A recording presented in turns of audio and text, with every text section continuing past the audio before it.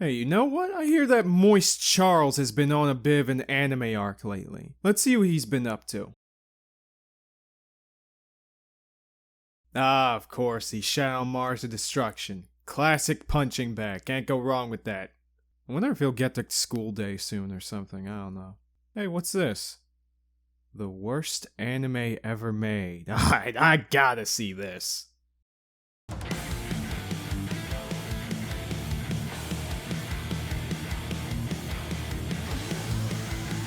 Just let me die! Just let me die! Let me die in peace! This is what happens when you try to play God! Ah!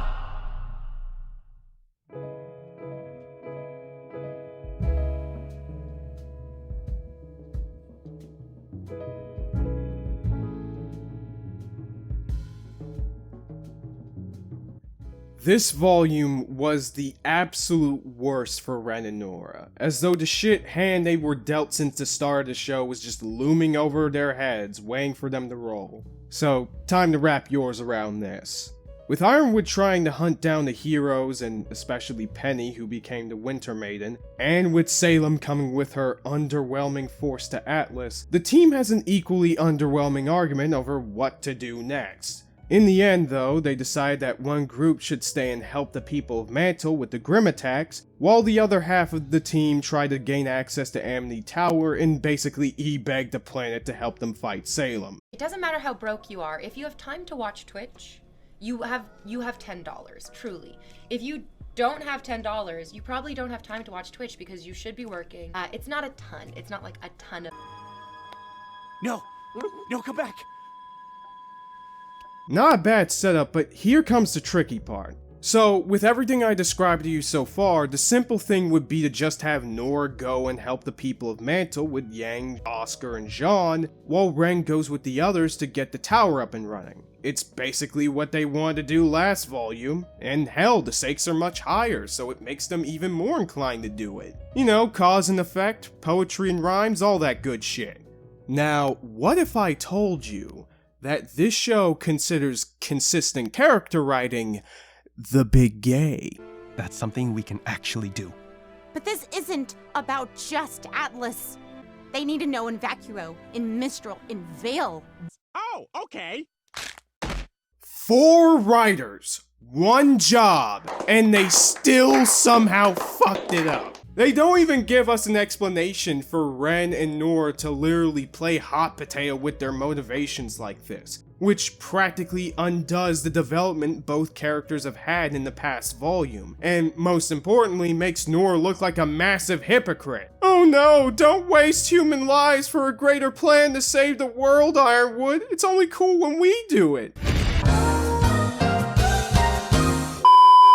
That's not even mentioning that this is just a really bad strategy. Like, we're talking heavy rain levels of self-sabotage right here. Oh yeah, instead of sending the much more calm and collective person on the stealth mission, let's bring the love child of Fat Thorn to Heavy with us. That's a neat trick. Anyway, that's the least of our worries here, since clearly all of this is done for the sake of drama. And good lord, does this shit get fucking dramatic. Let's talk about Nora first. TLDR, she goes to Blake for relationship advice.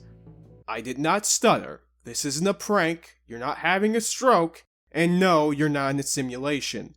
This is happening. And for being so short, there is quite a lot to say. This scene begins with Blake, Weiss, and Nora reflecting upon Ruby and Yang arguing in the beginning of the volume. And then the conversation quickly shifts focus to Nora and her enlightened thoughts about her relationship. And of course, Ren is... I don't know what he is. What did you say? Every time I think the two of us are making progress, Who the fuck starts a conversation like that? He just sat down. We've been together our whole lives, but I feel like I understand him less now than ever. And I don't know if that's his fault or mine. I don't actually know who I am. Without Ren.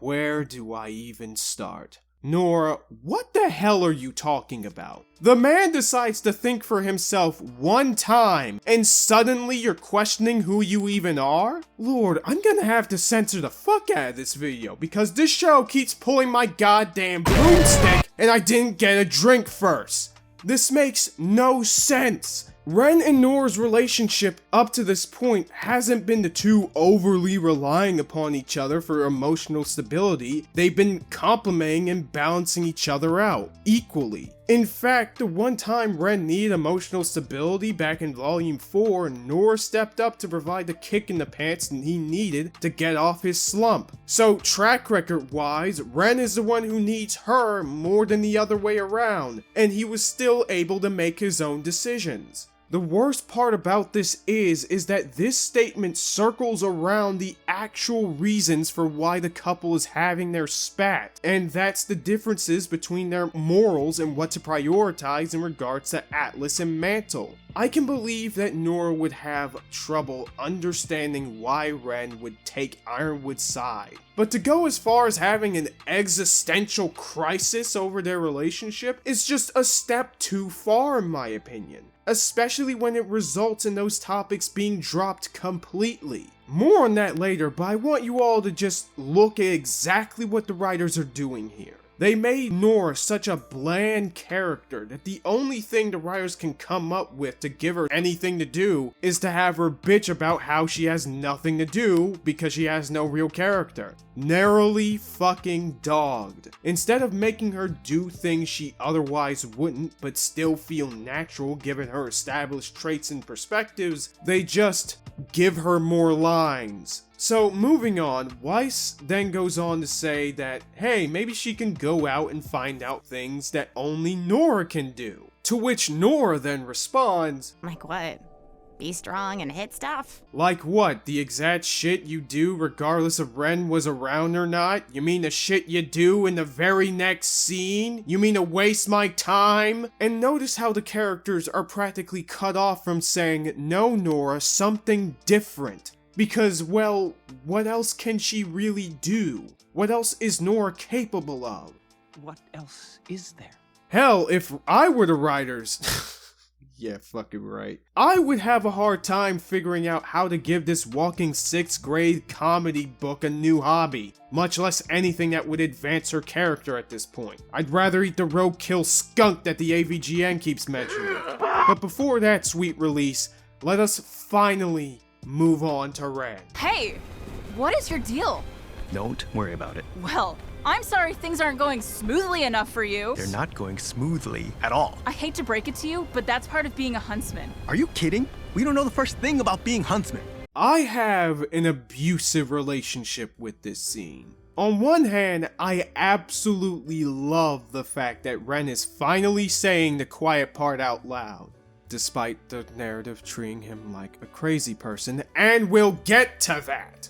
But the man's is right. Every major decision the team has made since Volume 5 has only made things worse and worse and worse for everyone involved, especially what happened previously. However, if I gotta pick one thing that held this speech back, is that he should have debunked more of what Yang was saying. Exhibit A. Were we not ready when we saved Haven? No, actually, the whole thing was a trap and you assholes fell for it. The only reason why you guys won was because of Jean Ex Machina, Blake Ex Machina, Cinder Ex Stupidity, and Raven having a Dr. Phil moment. But do go on. When we took down a Leviathan? Now we going to war. What do you mean we? Nintendo? No. We? Let us remember that the Grimzilla probably wouldn't have shown up if it weren't for the team endangering an entire town by stealing a military airship. And when Yang said this line, I'm not going to pretend like we did everything perfectly, but if we'd done nothing, things would be even worse than they are now. my man should have been like, I'm sorry, I'm allergic to bullshit. this whole thing went tits up, Yang, because you fucknuts decided not to trust Ironwood the secrets about Ozpin and Salem's origins. If you had told him this from the beginning, or at least a couple weeks after he helped him provide for your ungrateful asses, he probably would have thought twice about abandoning Mantle when the villains attacked. The Winter Maiden would be safe, the relics would be safe, Oscar wouldn't have been captured, and this entire volume would be much different. You're stupid! But alas, Ren forgot his facts and logic pajamas. Why? Well, here comes the writer's backhand, bitch! Instead of treating Ren and his concerns with any amount of respect and seriousness, especially when prior conversations had him be the voice of reason, you know, aside from the meaningless metaphors and shit, they basically treat him like how r/Ruby treats Unicorn of War these days.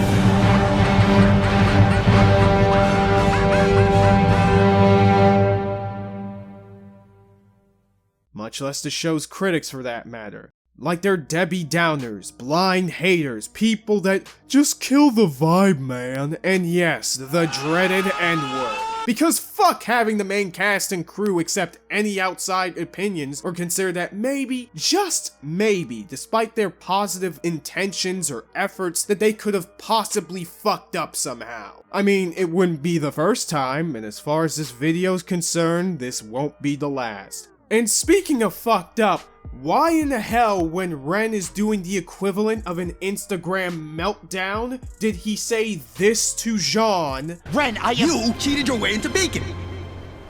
Is this nigga serious? Instead of saying jack fuck about Pura. On top of the girl being Ren's friend too, not just Jean's butt buddy to be. If you want to talk about consequences, how about you bring up the person who isn't here, partially because she wasn't ready, you know, like what Ren is talking about, and mostly because Jean forgot to use his goddamn phone. For one thing, it's more thematically relevant because Pura wasn't ready for challenges and she died for it. And now Ren and the others are in a similar situation. And it gets even worse because Yang and Jean, but especially Yang, is acting as the moral authority here. Which, may I remind you before, was, say it with me, bullshit! Especially with her going behind the team's back to snitch to Robin, something that amounted to Jack, honestly. In fact, while we're on the subject, Yang, didn't you criticize Ruby in a similar manner at the start of the volume, and Ren was on your side? Oh, but we just moseyed on that horseshit too, apparently. Guess the hive mind infection is kicking in. It'd be one thing if later on the team actively addresses their mistakes, or at the very least if Jean was a decent moderator and actually listened and contributed to the conversation. Maybe even use his big strategist brain to actually bridge the gap between these two perspectives, giving the show some actual goddamn nuance instead of the Tumblr-esque horseshit we're stuck with. But no, Yang in this conversation deflects and evades any responsibility, turns the conversation around on Ren, making it his fault even though she started it, and then proceeds to bully him and make him feel small just for having a different opinion than her. And the show wants us to clap for that. Seriously, is your goal just to push everyone away?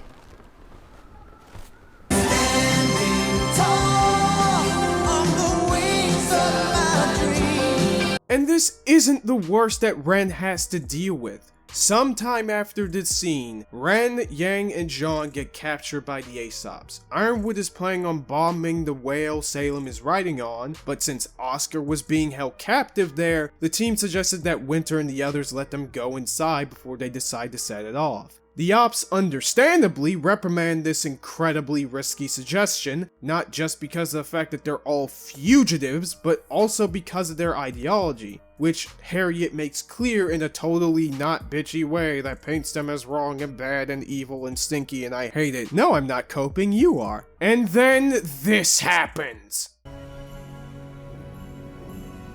Look at this. Somebody come look at this. That's why you lost against Team Ruby. Shut the fuck up! Shut the fuck up! Shut the fuck up! Shut the fuck up!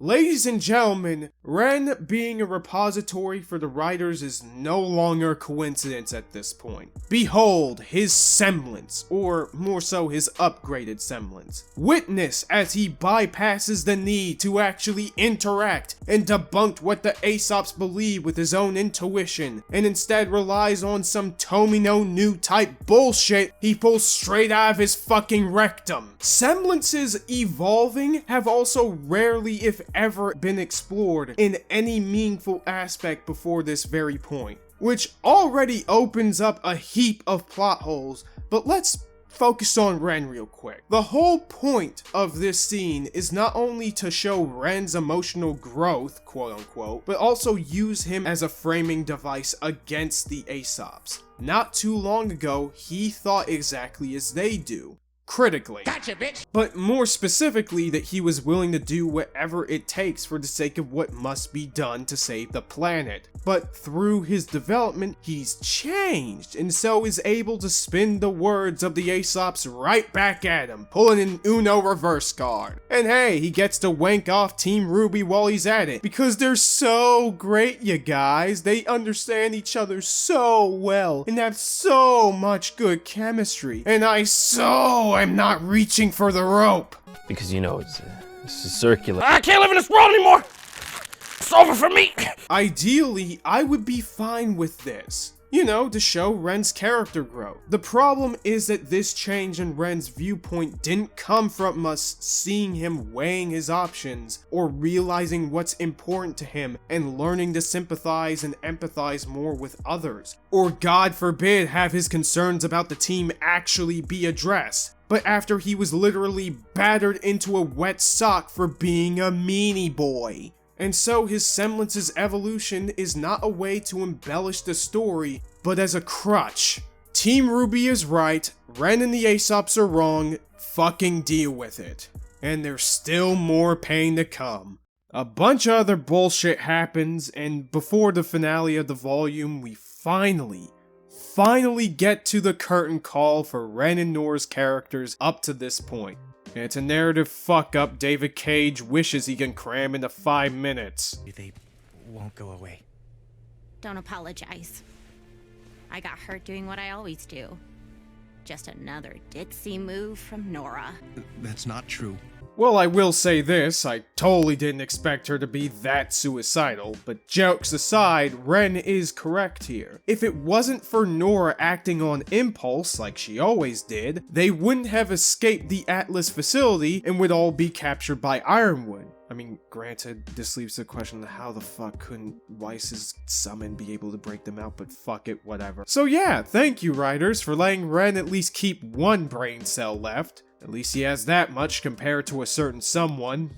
Speaking of which, this is the part where she opens her goddamn mouth again. You know, we were supposed to be a team, but that didn't matter to you. When things went wrong, you pushed us away. You shut people out so you don't have to feel things that are hard. Amazing. Every word of what you just said was wrong. Okay. Let's break this shit down. Then why'd you agree to split the two teams up then, you thought? If you want to complain to anyone, blame the banana head sitting right next to you. The fact that she thinks that being a team means you have to agree with each other on everything, when it suits her, tells me that Nora might actually prefer an Ironwood dictatorship. Just with her being queen of the castle. I'm queen of the castle. I'm queen of the castle. Oh, and FYI, Nora, not everything is about you. Last I checked, you're not a team leader, and both Ren and Jean decided to go with the plan. You're kind of the minority here. You even went off with Ruby's team despite wanting Mantle's people safe in the previous fucking volume. If anything, you should be overjoyed that Ren is doing what you wanted for once by looking after Mantle in your place. Not to mention vice versa. To make this even more hypocritical, Ren's group actually achieved more in their short time, and what did Nora's BS amount to? Nothing! Absolutely nothing! Stupid! You're so stupid! So basically Ren is wrong for having independent thoughts and actions outside of the group, but when you do that, that's okay. Yeah, seems legit. This is that really stupid mentality the show has again. It keeps annoying me. It's like a fucking gnat running across my ear. It has the impression that people who feel that they need to make hard decisions for the greater good don't feel anything or are automatically in the wrong regardless of context. But from what we see of both Ren and Ironwood, that is completely fucking untrue. They agonize over their positions constantly and struggle to know what is the right thing to do and what they want to. But instead of the show at least trying to understand their perspectives, they demoralize them outright. No question, no debate, because the show itself can't make the hard choice of making this an even dialogue. After all, Team RWBY is a team, right? Though I do agree Ren acting pissy for most of Volume 7 felt incredibly out of place, but that's more so the fault of it being less fleshed out than it needed to. Oh, but this is the tip of the iceberg, people.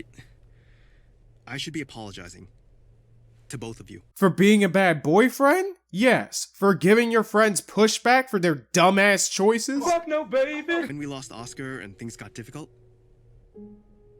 I said terrible things. And you probably wouldn't have if it weren't for that meddling blondie. Also, to be fair, things went difficult before you let Oscar get nabbed. I mean, the Hound nabbed Oscar.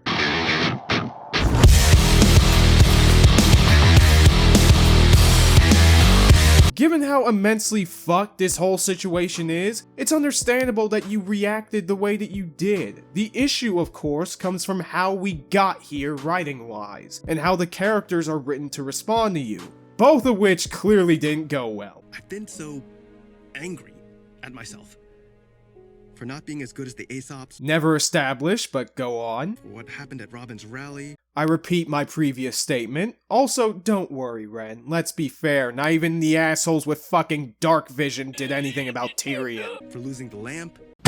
Thank you! You see, 1 out of 3 ain't bad. That's how that saying goes, right?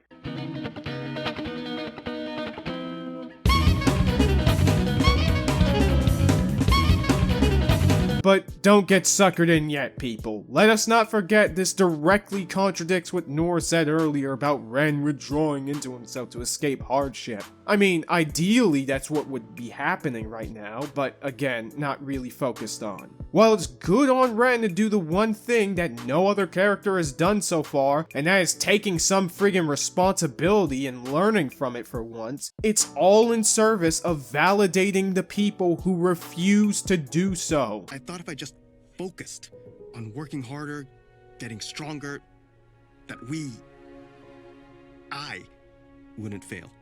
You mean making the choice to be prepared for what might happen next to save the world despite your feelings? Putting the needs of the many before the needs of the few? Fuck it! Ren, I just wish... why didn't you say anything? Well, Nora, it's because this entire goddamn volume has been everyone playing telephone about each other's opinions and feelings, with no one listening or giving a shit about any of it. In fact, the one time Ren prior to this volume voiced any concerns or opposition to what you guys are doing, you don't even ask him why. You just said to basically get over it and then made it about your fart of a relationship. And Yang has yoinked what's left of the man's balls before his eyes, just for speaking up when she pressed further. Ren has been saying something, Nora. It's just that your Miley Cyrus looking ass hasn't been listening until it became serious and became about you.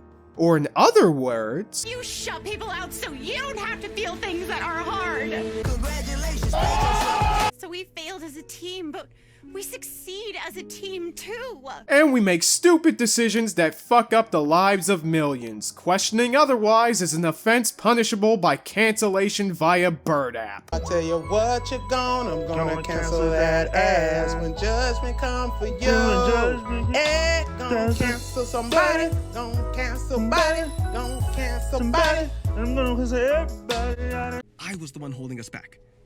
Not John, not you, Me. Their plan was at best a long shot and ultimately failed, and they then didn't even go back to help with Mantle and just fucked around at the Schnee Manor. Your side has actually saved some civilians, stopped the Grimm invasion, rescued Oscar, and even brought one of the former bad guys to the good side while effectively killing the other. They saved Atlas while Nora's side was stuck sipping tea and being sad that their NFT pitch scheme didn't work. Well, you're wrong. All I do is make dumb jokes and smash things with a hammer. Finally, the one correct thing you said this entire conversation. What? That's not true. Fucking Killjoy. You put everything you have into what you do. To the detriment of others. You see the problem here? You support everyone around you. You know what? Yeah, this is a pretty good description of Nora. Couple volumes ago. But too bad we seem to abandon all that for melodrama.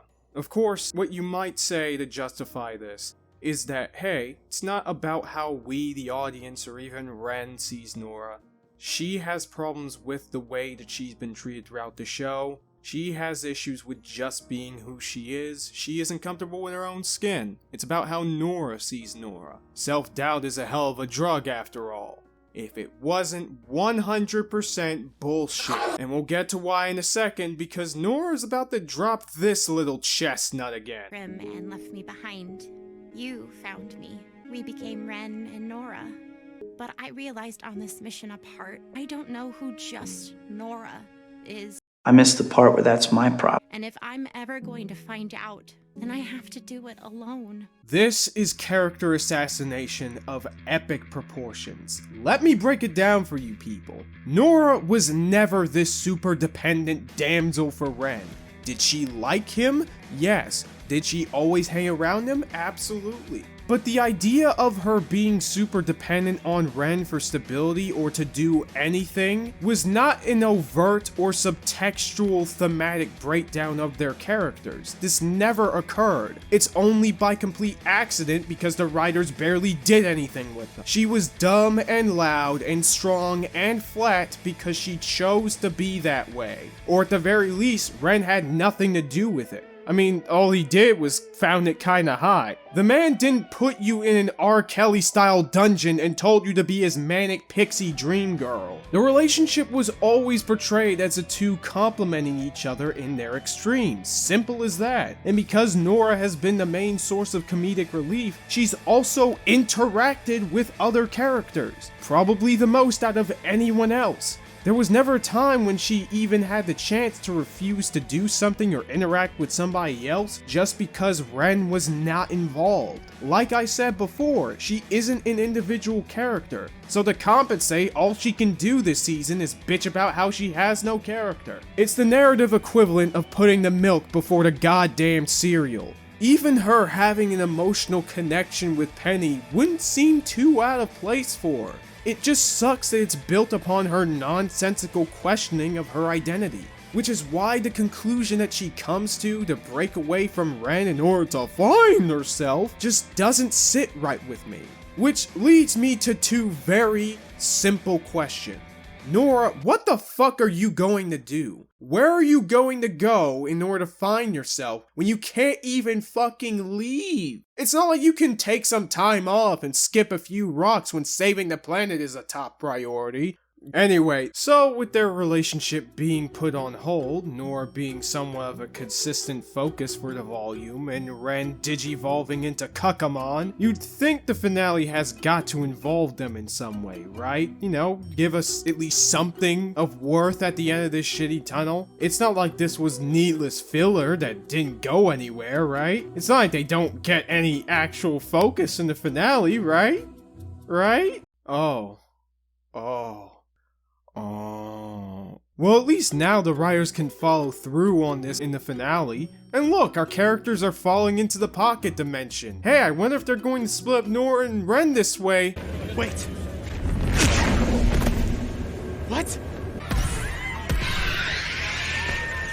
Fuck you. Fuck you. Fuck you forever. Fuck yourselves. Go fuck yourselves, you fucks. Do these writers even realize what the fuck they just did? Do I even need to explain how pointless they just made their entire development this whole goddamn season? All the hypocrisy, the projecting, the retcons, the melodrama, just adding to fuck all? No? Well, instead, let me illustrate what a half-decent writer would do instead.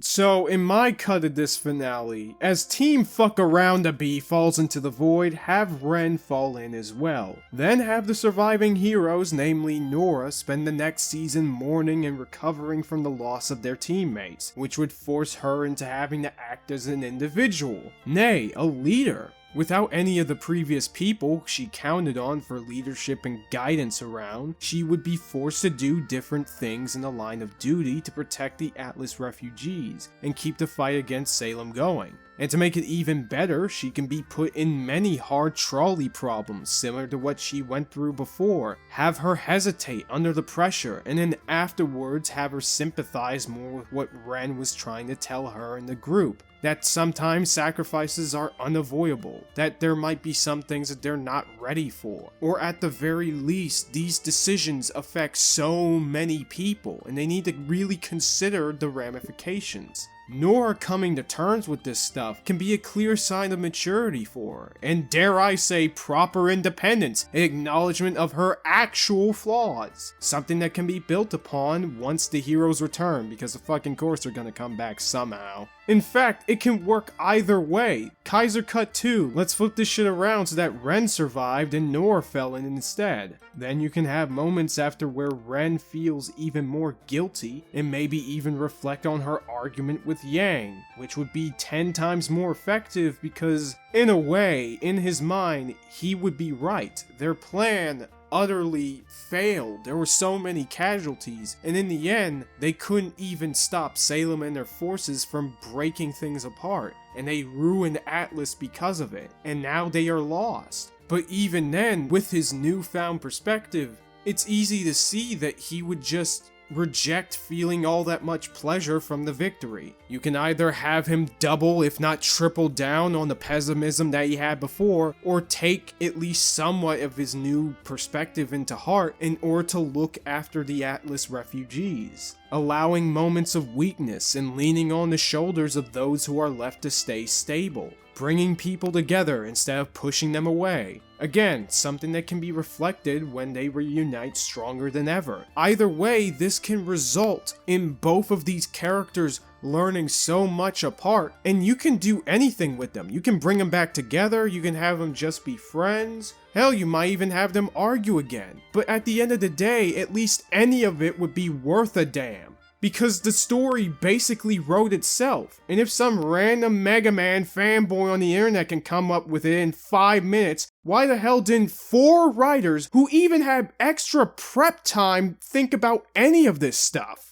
Much like the Aesop's fight, this plotline between Ren and Nora's characters represents the show's flaws on a micro scale. Despite the characters as a whole being a huge selling point in the show's heyday, they misunderstand them so much they basically trap themselves in a genjutsu of bad writing decisions, and they don't even know it. They made Ren and Nora side characters in the first few volumes, and barely did anything with them aside from exposition and comedy. And yet here we are in volume 8, we hit a huge climactic plot line where they could have done something great and subversive and interesting, but they dropped the ball entirely. If the end goal was a toilet in their own bathroom, they'd be pissing all over the goddamn sink instead.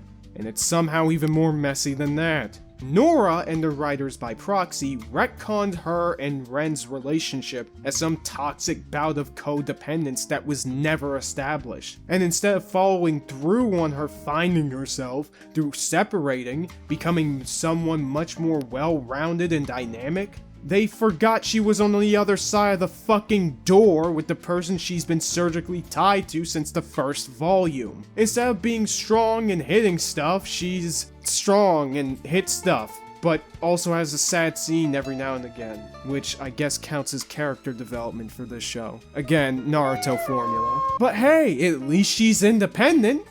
Kinda. Sorta. Speaking of. And then there's Ren. Once a voice of reason, and now the show's fucking sock puppet. Bent him down and just shoved the whole elbow in there, holding the lube. Instead of having his concerns be taken seriously or going through a meaningful arc where he learns to empathize and be more open, he gets shamed for having a goddamn brain and starts regurgitating the nonsensical bullshit about what the heroes stand for. Hapless optimism and brainless idiocy. All while kowtowing to the ridiculous whims of the people around him. Poe Dameron would be so proud.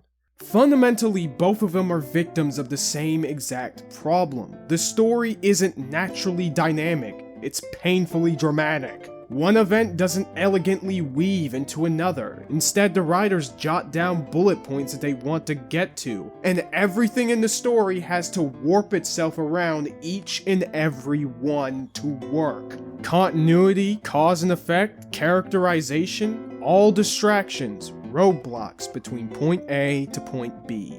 It's not a journey, just ticking off the list. For them, it was time that Ren and Nora have a place in the main plot, and this was what they came up with. Ideally, they'd have some emotional stakes, subversive turns in their relationship, and even character development. But in trying to give depth to what's on the page, they dug a hole through the damn script. They took two characters that had a somewhat charming dynamic, gave us something that can be built upon, but then neglected them almost entirely, only to come back and abuse them later for the sake of drama. They laughed together, they fought together, and they had a good cry every now and then. And it's nothing but looking at puppets wrapped in each other's strings. Simply put, let me just say it again, Ren and Nora just aren't characters.